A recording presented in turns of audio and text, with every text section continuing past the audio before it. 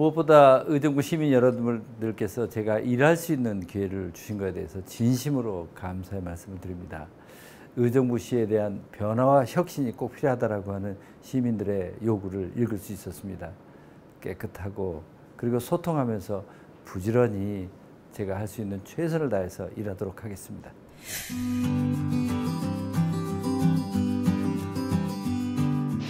의정부에 많은 현안들이 있습니다. 그 현안을 풀어가는 데 있어서의 출발적인 키워드는 협치라고 생각을 했습니다. 이제는 누군가의 한 사람에 의해서 끌어져가는 의정부는 아니라고 생각합니다. 의정부 시민들의 다양한 의견을 듣고 그 의견을 바탕으로 제가 대안들을 찾아가고 그리고 시민들께서 지원해 주시는 그 힘으로 저는 현안 해결되어 갈 수 있다고 생각합니다.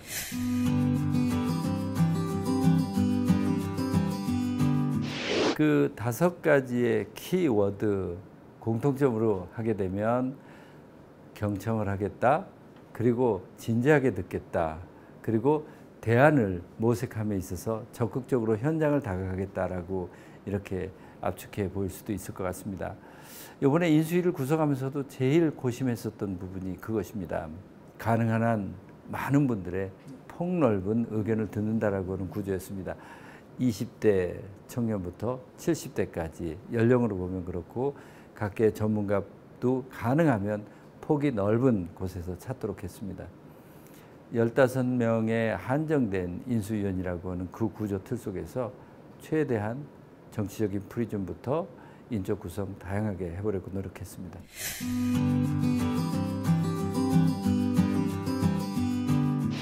예, 우선 우리 많은 시민들께서 생각하시는 것이 교통을 중심으로 한 인프라 부분 빨리빨리 할 것들 빨리빨리 해야 되지 않겠느냐라고 하는 것입니다. 또한 의정부의 그동안 불통행정으로 인해서 많은 시민들께서 잘못 채워진 단추는 바로잡아야 되지 않겠느냐라고 하는 요구사항이 있습니다. 그래서 도시건설 파트에 주로 그런 과제들이 묶여 있을 것입니다. 또 하나는 역시 의정부 고민 속에서 일자리 문제를 제시하지 않을 수 없습니다. 청년들의 실업률이 높습니다. 청년뿐만이 아니고 전체적으로 실업률, 좋은 일자리에 대한 고민이 깊어져 갑니다. 이 좋은 일자리를 어떻게 만들어 갈 것이냐라고 하는 겁니다. 또 하나는 행정의 기본을 제대로 잡아가자라고 하는 것입니다. 어떻게 시민들과 소통하고 투명한 행정을 이끌어 갈 것인가라고 하는 것이 세 개의 분과를 만들면서 제가 고민하고 있는 방점들이 있습니다.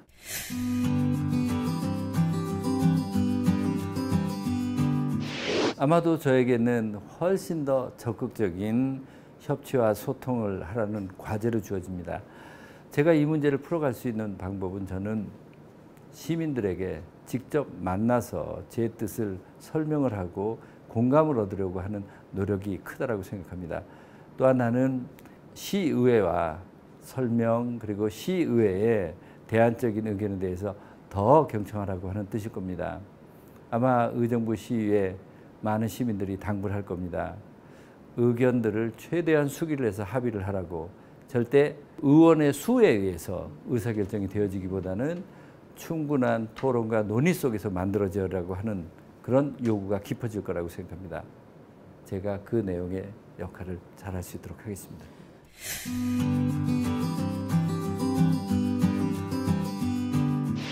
저는 의정부에 충분히 잠재적인 입지가 있다고 생각을 해서였습니다.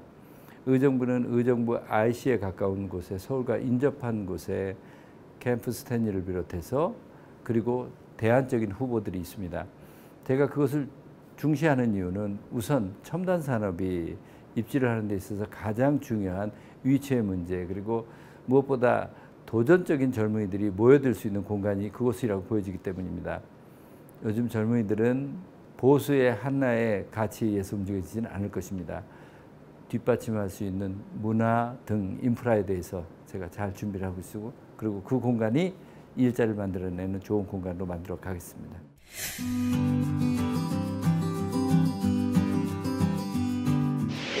의정부 지금 현재 2개 대학이 있는데 많은 시민들께서 더 나은 대안적인 고급 교육이 있었으면 하는 그런 생각입니다.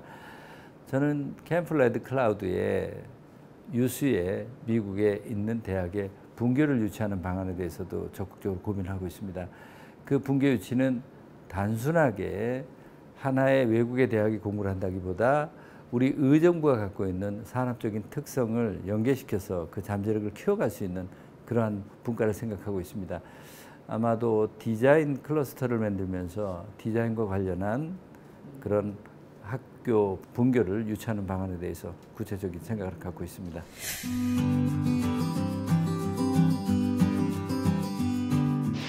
쓰레기 소각장 문제 이제 더 이상 뒤로 물려두고 그리고 피할 수는 없는 상태가 되었습니다. 이 문제를 풀어가는 데 있어서는 원칙적인 것을 분명히 하는 것이 중요합니다. 첫 번째는 과학적인 데이터를 신뢰하는 그것이 원칙이 돼야지만 가능합니다. 두 번째는 어느 한쪽이 일방적인 희생으로 되어져서는 안 된다라고 하는 그 원칙 하에서 제가 준비를 해가도록 하겠습니다. 쓰레기 소각장 하면 우리 쪽에 왜 하필 환경적인 오염시설이 오느냐라고 하는 그런 우려들이 많이 있습니다. 그런데 그것이 만약 우리 쪽에 환경 오염시설이 아닌 또 다른 나은 대안을 만들 수 있다면 또 설득하는 데 달라질 수 있을 것입니다. 분명 폭넓게 여러 가지 대안을 들으면서 하되 제가 금방 말씀드려가진 두 가지 원칙을 중심으로 문제를 풀어가도록 하겠습니다. 아직 우리 사회에 이러한 혐오 시설에 대해서 합의를 이끌어가는 데 있어서 우리 사회가 많은 축적된 지식이 부족하고 경험이 부족한 것 사실입니다. 하나하나 이런 경험들을 쌓아가고 이것이 사회적 자산이 될 수 있도록 제가 제 역할을 다하겠습니다.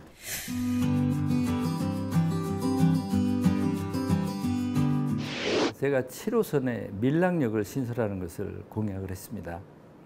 7호선은 잘 아시는 것처럼 현재 탑석에서 저 양주에 고읍을 가서 옥정으로 가서 다시 포천으로 연결되어 가지는 이런 것이 1단계 공사, 2단계 공사로 이렇게 진행되어 가고 있습니다. 양주에서 많은 시민들께서 우려하시는 측면이 있을 것입니다. 만약 지금 노선을 변경해서 밀락선으로 가게 되면 이 양주에 진행 중인 것이 차질이 빚지 않겠는가라고 하는 것입니다. 분명히 말씀드리겠습니다. 현재 진행 중인 것은 차질 없이 올라가는 겁니다. 7호선의 철도 노선을 결정하는 데 있어서는 저희들이 세 가지 문제점, 관점에서 봐야 될 것입니다. 우선 기술적으로 타당하느냐라고 하는 겁니다. 두 번째, 경제적인 타당성, 흔히 얘기하는 BC 분석의 문제입니다. 세 번째가 사회적 합의를 이뤄낼 수 있느냐 하는 것입니다. 그런데 지금 현재 진행 중인 노선에 비교해 볼 때 이 새로운 밀락을 거쳐서 포천에 대진대학을 거쳐서 포천시청까지 이어지는 이 노선이 기술적인 면에 있어서 저는 불가능하다고 생각하지 않습니다. 우리나라 건설기술 생각할 때 교량, 철도, 터널 좀 더 뚫고 하는 것들 크게 문제되지 않을 겁니다. 경제적인 타당성의 문제입니다. 경제적인 현재 고읍까지 가서 고읍에서부터 옥정을 거쳐서 포천으로 이어지는 이 부분에 대해서도 사실 BC로 보면 한계가 있지만 그렇지만 균형 발전이라는 차원에서 선택한 노선입니다. 밀락을 통해서 대진대학교 포천을 올라가는 노선도 저희들이 최대한 타당성 BC를 높이려고 하는 노력이 필요하겠지만 저는 그것은 경제적인 타당성 관점에서 볼 것이 아니고 균형 발전 차원에서 본다면 신설 노선과 문제 없을 것입니다. 세 번째, 사회적 합의의 문제입니다. 사회적 합의에 새로 만들어지는 그 노선의 주 이용자는 포천 시민입니다. 포천 시민이 지금 기존에 있는 노선의 2단계를 싫어하고 새롭게 신설 노선을 갖기를 포천 시민들이 가장 절실하게 원하고 있습니다.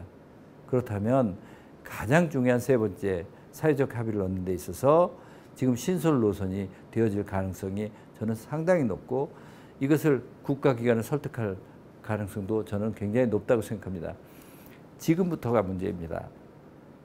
신설 노선에 대해서 타당성을 입증해야 되고 그리고 국가기관을 설득해야 될 것은 오롯이 이제는 새롭게 당선된 포천시장과 저 의정부 시장 당선인 저의 몫입니다.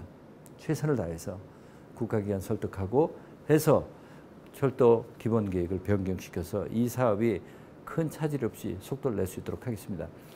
8호선 문제는 남양주 별내까지 와 있습니다. 이것을 탑석까지 연결한다라고 하는 것입니다. 지금 상대당에서는 그 연결 노선을 이어서 밀락까지 이어가겠다라고 하는 것입니다. 반대할 이유가 없습니다. 쭉 이어가서 가도록 할 것입니다. 그런데 8호선은 현재 이 사업이 앞으로 진행되어 갈 타당성이 있느냐 없느냐라고는 구상 단계에서의 국가 철도망 계획에 반영시키는 단계입니다. 이것이 2026년도에 계획에 반영시켜야 되는 것입니다. 2026년도라고 하면 기간이 아직 남아있는 듯하지만 그렇지 않습니다. 불과 이제 3년 남아 있습니다. 이 경우도 역시 타당성을 입증할 수 있는 연구를 하고 그것을 뒷받침할 수 있는 세밀한 계획을 세우기 위해서는 한 2년 정도의 시간은 필요할 겁니다. 그리고 국가의 모든 정책은 자치단체 입장에서 보면 정부에 대한 세일의 문제입니다. 국가를 설득하는데 1년의 시간은 빠듯합니다. 저는 지금부터 총력을 기울여서 해야만 2020년 철도 기본계획에 반영된다라고 할 것입니다. 그 위에 이제 기본계획을 수립하고 그 위에 실시계획을 수립하고 착공하고 하는 단계가 되어질 것입니다. 그 과정 속에서 탑석까지 끌어서 밀락까지 연결시키는 것의 정당성 문제 계속 설득해야 되고 그리고 그것에 대해서 경제적인 타당성을 입증하기 위해서는 우리 의정부에 큰 기업을 유치한다라고 하면 분명히 속도가 빨라질 것입니다. 여러 계획들이 공약들이 서로 연계되어서 짜임새 있게 돌아가게 될 것입니다. 최선을 다해 보겠습니다.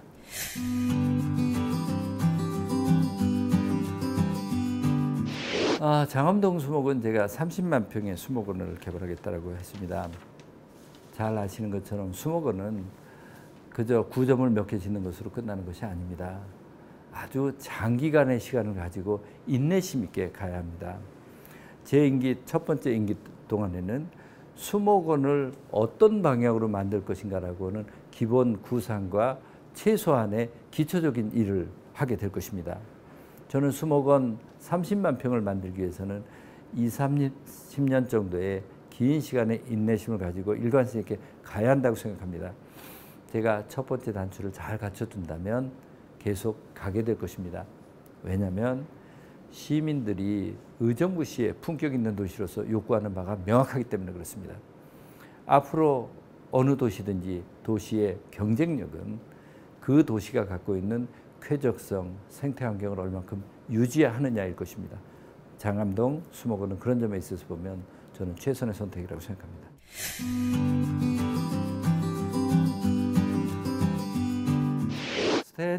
캠프 스탠리에 비기지가 반환되어지는 일정에 맞춰서 첨단 기업을 유치하려는 노력을 계속하게 될 것이고요.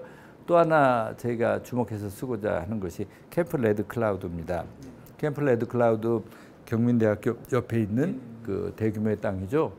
저는 그쪽이 더 우리한테 인수를 하는 속도가 빨라질 것이라고 보여지는데 그곳에 문화를 중심으로 한 그런 일자리, 요즘은 문화라고 해서 그것이 첨단 산업하고 분리되어지는 것도 아닙니다. 모든 것이 복합 융합적으로 되어져 갈 것입니다. 경쟁력 있는 기업, 대학 유치하는 데 역점 둘 겁니다.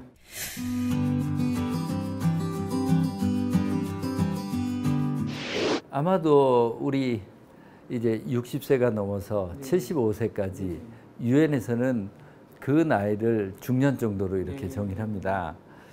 60에서 75세 되는 분들이 내가 노인이라고 생각하는 분이 얼마나 될까요?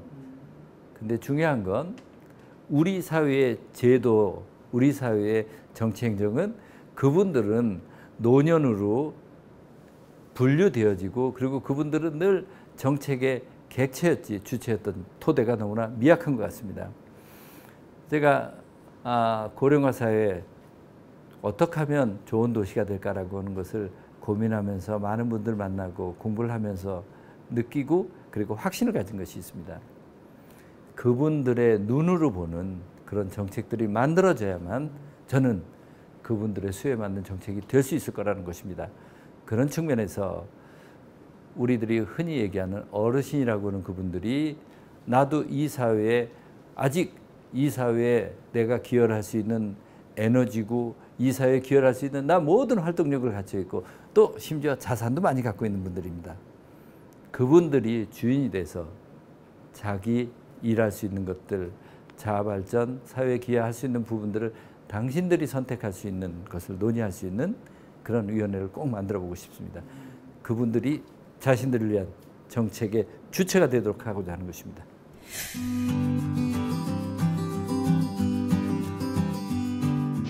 저 수원부시장으로 있을 때 그분이 경기대학교 총장으로 계셨습니다. 그리고 또 제가 그분을 특별히 모시게 된 것은 의정부는 단기간에 의정부의 품격을 높이고 일자리를 만드는 데 있어서 의정부 산업구조를 볼 때 문화라고 하는 것들이 중요하게 매개체로 할 수밖에 없을 겁니다. 그런데 그분은 우리나라에 한류라고 하는 것이 대두가 될 때 그 한류를 주도하고 끌어왔던 분입니다. 그 점을 주목했고 또 하나는 이제 중국과의 공공외교가 지방자치단체로서는 상당히 중요한 시기가 될 것이라 보여집니다. 아마도 전 정부의 영향으로 이제 대한민국 중앙정부는 안보관계든 세계 국제사회에서의 헤게모니 그런 새로운 지형을 만드는 그런 측면에서 볼 때 좀 더 전 정부보다는 미국 쪽에 더 친밀하게 다가갈 수밖에 없을 것입니다. 그러면 중국과에는 그것을 보충하는 방법으로 공공외교라고 하는 비중이 높아져 갈 것입니다. 지금 제가 모신 김윤규 총장님께서는 중국과 부분에 있어서 상당한 그 공공외교를 할 수 있는 네트워크를 가지신 분입니다. 저는 그분의 그 네트워크를 우리 의정부시를 위해서 정말 소중하게 써 주십사 하고 하는 그런 측면에서 제가 간곡하게 부탁드렸습니다.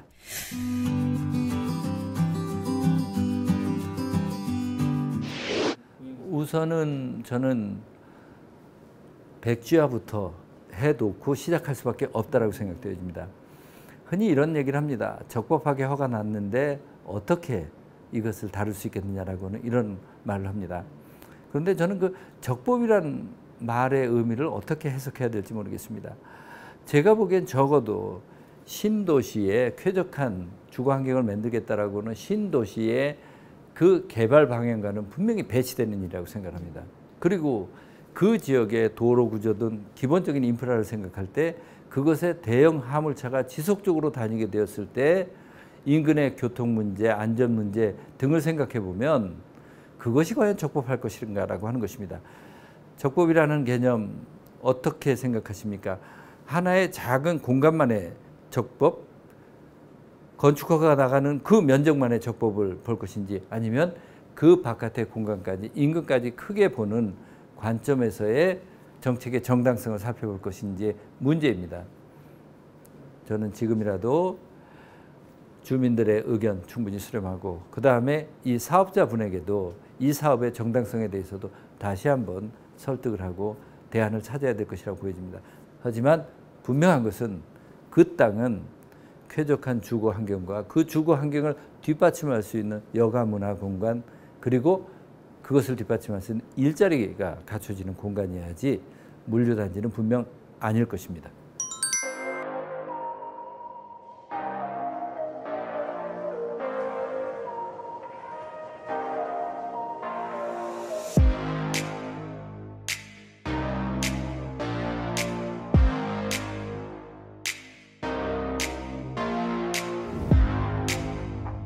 의정부 지금 상당히 어려운 현안들을 많이 갖고 있습니다.